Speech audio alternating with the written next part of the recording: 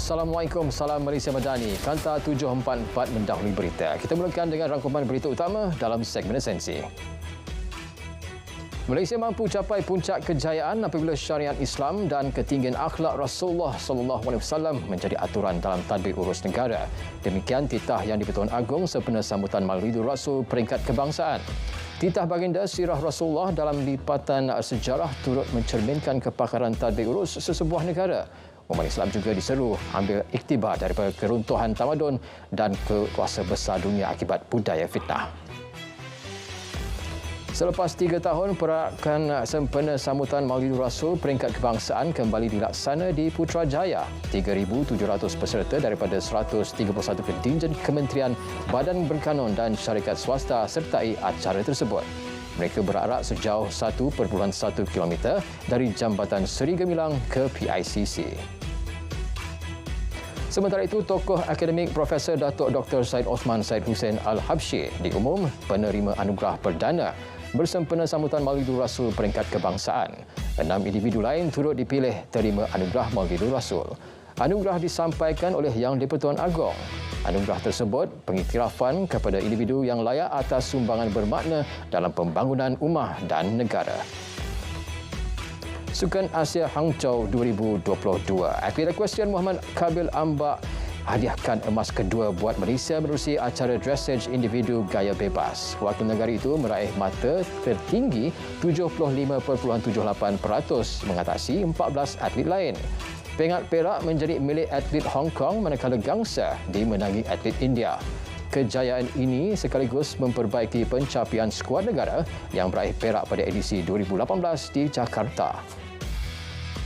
Persatuan Restoran Pengusaha Makanan dan Penjaja Kecil dibenar beli beras putih import pada harga borong RM160 setiap 50 kg. Ia usul KPKM pastikan golongan tersebut kawal kos operasi supaya harga nasi tidak dinaikkan. Inisiatif itu juga bagi menjamin bekalan beras putih tempatan stabil. Berhubung cadangan menaikkan harga beras putih tempatan, KPKM memaklumkan harganya di peringkat runcit masih dikawal pada harga kadar RM2.60 sekilogram. Ia tertakluk bawah Perintah Beras Kawalan Grade dan Harga Pindaan No. 4 2008, Akta Kawalan Padi dan Beras 1994. KPKM akan beri lesen borong kepada pengusaha restoran supaya boleh beli beras putih import pada harga RM3.20 sekilogram daripada Bernas. Bernas beri jaminan bekalan beras putih mencukupi. Bagaimanapun, permintaan ke atas beras putih tempatan meningkat susulan perbezaan harga dengan beras putih import. Bernas memberitahu telah salurkan 630,000 tan metrik beras putih dari Januari hingga Ogos lalu. Ia meningkat 38% berbanding purata jualan bulanan bagi tempoh 5 tahun lepas. KPDN telah arahkan Guardian KL beri penjelasan berhubung cadangan menaikkan harga sebahagian produknya. Menurut Timbalan Menteri, tempoh 6 hari diberi bermula semalam untuk justifikasi kenaikan harga yang dijadual bermula 1 Oktober. Ia bagi memastikan syarikat terbabit tidak melanggar Akta Kawalan Harga dan anti pencatutan. 2 hari lepas, Gardenia KL sahkan 30 produknya akan mengalami kenaikan harga antara 10 hingga 40% mulai Ahad ini. PNet sahkan vendor yang terima pembayaran menerusi kod QR Duit Now akan di-charge mulai 1 November. 2 e-pembayaran berbeza dikenakan charge iaitu kadar diskaun peniaga MDR dan fee 50 sen bagi transaksi lebih RM5,000. PNet berkata MDR bukan cas baharu. Sebaliknya, insentif untuk galakkan pembayaran menerusi kod QR. Manakala fee 50 sen adalah untuk pemindahan dana rakan setara dan tiada kaitan dengan bayaran kepada peniaga.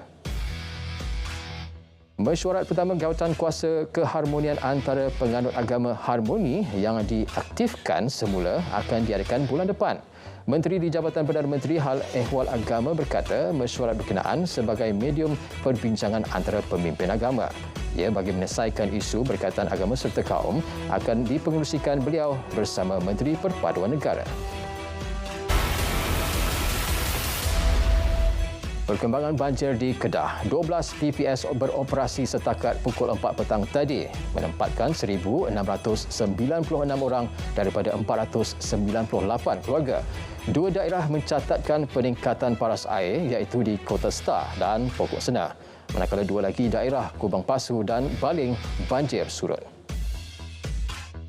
Di Perlis pula, jumlah penduduk terjejas banjir di PPS SK Kubang Gajah meningkat kepada 48 orang daripada 17 keluarga. Mereka terdiri daripada 13 lelaki dewasa, 18 wanita, 15 kanak-kanak serta 2 bayi. Menurut pengarah JKM Negeri, dua kampung terjejas iaitu Kampung Kubang Gajah dan Kampung Alor Ara susulan hujan lebat petang semalam. Seorang bayi perempuan ditemui mati dalam lori sampah di Bandar Baru Air Hitam pukul 10.25 pagi tadi. Bayi cukup sifat itu dipercayai baru sahaja dilahirkan. Mayat bayi berkenaan dihantar ke Hospital Pulau Pinang untuk tindakan lanjut. Penemuan dia disahkan Ketua Polis Daerah Timur Laut.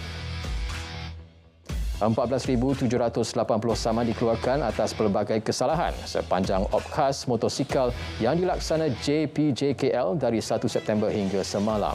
Pengarahnya memaklumkan daripada 68,000 motosikal yang diperiksa, 575 daripadanya disita. Kesalahan utama dikesan ialah tiada lesen memandu, cukai jalan tamat tempoh dan tiada perlindungan insurans. Dalam operasi sama di Kelantan, 5,015 saman dikeluarkan hasil pemeriksaan ke atas 14,163 kenderaan. Manakala 422 motosikal disita, 151 daripadanya digunakan warga Bangladesh dan Rohingya. Mereka sewa kenderaan tersebut daripada penduduk tempatan. Justru, Timbalan Pengarah JPJ Kelantan larang orang ramai sewakan kenderaan kepada warga asing kerana boleh didakwa. 153 individu ditahan dalam op dadu khas bermula Jumaat lepas hingga semalam di Johor. 136 serbuan dilakukan ke atas premis yang disyaki jalankan kegiatan judi dalam talian dan loteri awam. Ketua Polis Johor berkata kesemua yang ditahan berusia 18 hingga 66 tahun terdiri daripada 125 lelaki dan 28 perempuan. Premis terlibat sedang dalam proses permohonan pembatalan lesen dan pemotongan bekalan elektrik. Seorang lelaki ditahan kerana disyaki menyerang pemandu lori dengan menggunakan objek tajam. Ketua Polis Daerah Ampang Jaya berkata, kejadian berlaku di Pandan Perdana Ibu Negara pada Selasa lalu. Mangsa yang cedera di tangan dan belakang badan dirawat di Hospital Ampang. Siasatan awal mendapati suspek mempunyai 10 rekod kesalahan jenayah lampau. Saringan air kencing terhadap suspek juga positif dadah. Susulan penemuan kamera tersembunyi dalam bilik sebuah pusat penginapan di Kota Kinabalu baru-baru ini, Kementerian Pelancongan Kebudayaan dan Alam Sekitar Sabah beri jaminan sedia bekerjasama dengan KPKT bagi mengelak kejadian sama berulang. Pelancongan turut diingatkan supaya mendapatkan nasihat daripada pemandu pelancong ketika memilih tempat penginapan sebelum membuat tempahan.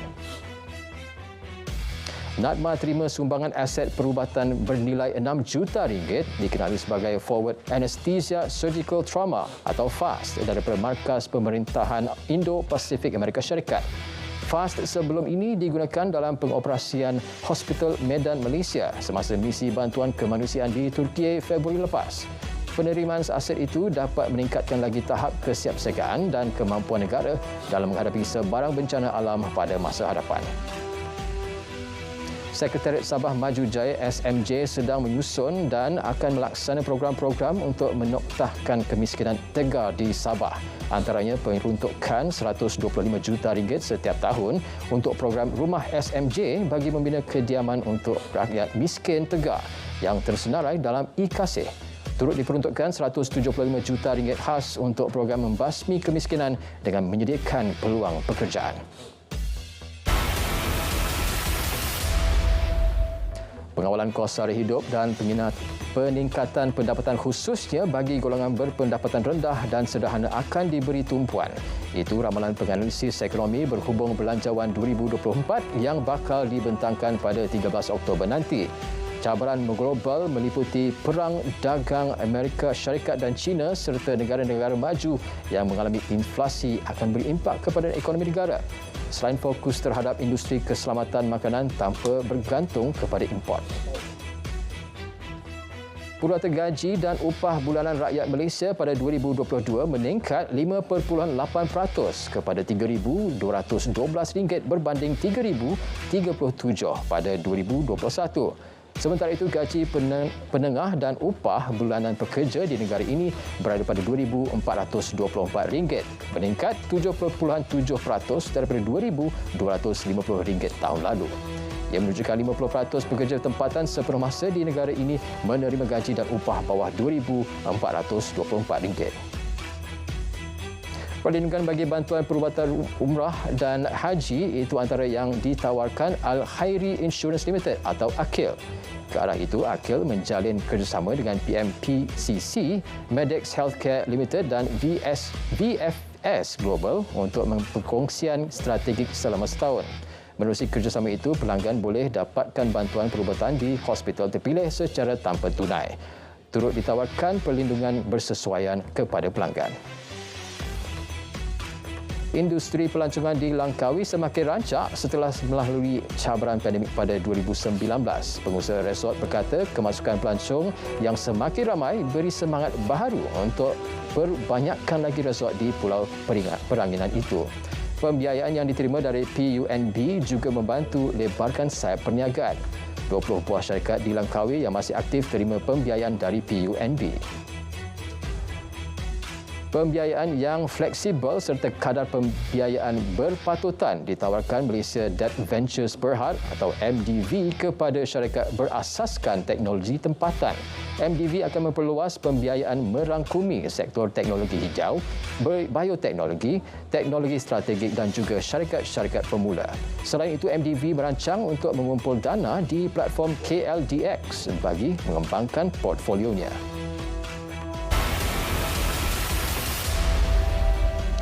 Satu letupan berlaku di sebuah gudang di Tashkent, Uzbekistan. Kejadian mencetuskan kebakaran dan menyebabkan tingkap di blok Pangsapuri berdekatan pecah. Seorang remaja lelaki maut selepas bingkai tingkap menimpanya, manakala 24 orang yang telah dimasukkan ke hospital dan 138 sedang dirawat. Punca letupan masih belum dikenal pasti. Sebuah makmal khas telah disediakan di tempat kejadian untuk melakukan siasatan tutupan. Kerajaan pemisah menyiarkan pembubaran wilayah Nagorno-Karabakh mulai 1 Januari tahun depan. Ia berikutan kekalahan kepada tentera Azerbaijan disusuli penghijrahan lebih separuh penduduk wilayah itu. Pemimpin pemisah Samvel Shahramanyan mengeluarkan dekri memerintahkan pembubaran semua institusi negara menjelang akhir tahun ini. Pembubaran itu akan menamatkan pemerintahan sendiri selama 3 dekad yang disokong Armenia tetapi diiktiraf antarabangsa.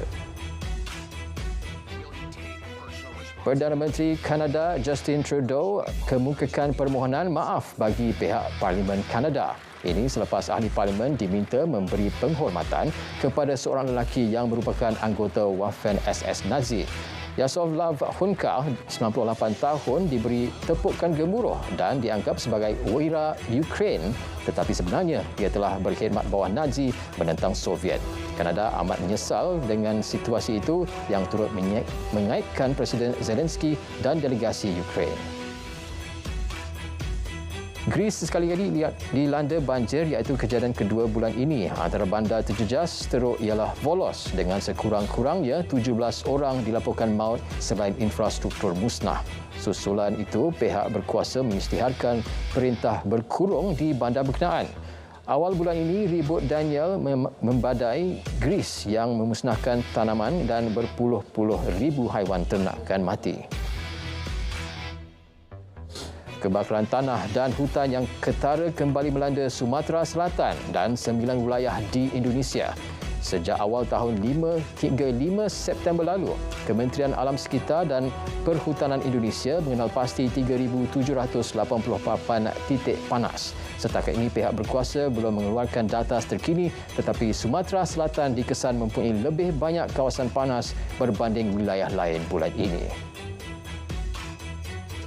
Kumpulan penyelidik ke-13 China, Zhui Long 2, kembali ke Shanghai selepas menamatkan ekspedisi di Lautan Arktik pada Rabu. Kapal yang dinamakan Naga Ais berlepas pada 12 Julai lalu dan mengembara lebih 15,000 batu nautika dalam tempoh 78 hari. Misi dianjurkan Kementerian Sumber Asli China melibatkan 44 orang pakar sains dan teknologi.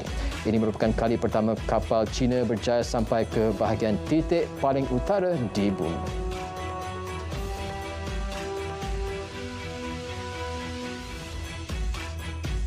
Kanta 744 berakhir di sini. Selepas ini kita ikuti berita perdana bersama Faris Izzat Syaharudin dan Faiz Syahirah untuk paparan komprehensif. Malaysia Madani, tekad perpaduan penuhi harapan.